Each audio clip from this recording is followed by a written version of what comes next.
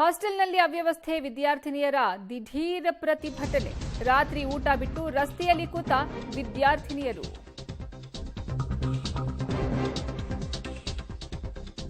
ಉತ್ತರ ಕನ್ನಡ ಜಿಲ್ಲೆಯ ಕಾರವಾರದ ಬಾಡಾದಲ್ಲಿ ಪ್ರೊಟೆಸ್ಟ್ ಅನ್ನ ಮಾಡಲಾಗಿರೋದು. ದೇವರಾಜ ಅರಸು ಮೆಟ್ರಿಕ್ ನಂತರದ ಬಾಲಕಿಯರ ಹಾಸ್ಟೆಲ್ ವಿದ್ಯಾರ್ಥಿನಿಯರು ಸಮರ್ಪಕ ಊಟ ಅನ್ನ ಕೊಡ್ತಾ ಇಲ್ಲ, ಕೊಳೆತ ತರಕಾರಿಯನ್ನ ಬಳಕೆ ಮಾಡ್ತಾರೆ, ವಾರ್ಡನ್ ನಮ್ಮಿಂದಾನೇ ಶೌಚಾಲಯ ಕ್ಲೀನ್ ಅನ್ನ ಮಾಡಿಸ್ತಾರೆ ಅನ್ನುವಂತಹ ಆರೋಪವನ್ನ ಮಾಡ್ತಿದ್ದಾರೆ. ವಾರ್ಡನ್ ಮಂಜುಳಾ ವಿರುದ್ಧ ಪ್ರತಿಭಟನೆಯನ್ನ ಮಾಡಿದ್ದಾರೆ ಇಲ್ಲಿನ ವಿದ್ಯಾರ್ಥಿನಿಯರು. ಇನ್ನ ಸ್ಥಳಕ್ಕೆ ಆಗಮಿಸಿದಂತಹ ಕಾರವಾರದ ತಹಶೀಲ್ದಾರರಿಂದ ಮನವೊಲಿಕೆ ಪ್ರಯತ್ನವೂ ಸಹ ನಡೆದಿದೆ. ಹಾಸ್ಟೆಲ್ನ ಅವ್ಯವಸ್ಥೆ ವಿರುದ್ಧ ವಿದ್ಯಾರ್ಥಿನಿಯರು ಪ್ರತಿಭಟನೆ ನಡೆಸಿರುವಂತಹ ಘಟನೆ ಆಗಿದೆ.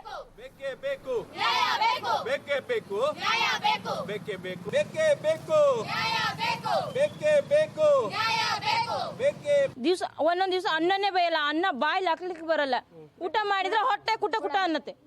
ಹೆಂಗಿರತ್ತಂತ ನೀವು ಅನುಭವಿಸಿರ್ಬೋದಲ್ವಾ? ತರಕಾರಿ ಕೊಳತಿದ್ದೇ ಹಾಕುದು. ಅಕಸ್ಮಾತ್ ಒಂದಿಷ್ಟು ಸೌತೆಕಾಯಿ ತಂದಿರ್ತಾರೆ ಸರ್, ಅದಲ್ಲ ಮ್ಯಾಮ್ ನಮ್ ಕೊಡಿ ಅಂತಂದ್ರೆ ಅದು ದುಡ್ಡು ಕೊಟ್ಟು ತಂದಿರೋದು, ಅದು ಹಾಳಾಗೋದ್ರೆ ದುಡ್ಡು ಕೊಟ್ಟು ತಂದಿರೋದಲ್ವಾ ಸರ್? ನಮ್ ಬ್ರದರ್ ಹಾಸ್ಟೆಲ್ ಅಲ್ಲಿ ಇದ್ರು, 5 ತಿಂಗಳ ಕಿಟ್ಗಳನ್ನ ಒಂದೇ ಸರಿ ಕೊಟ್ಟಿದ್ದನ್ನು ನಾವು ನೋಡಿದ್ದೇವೆ.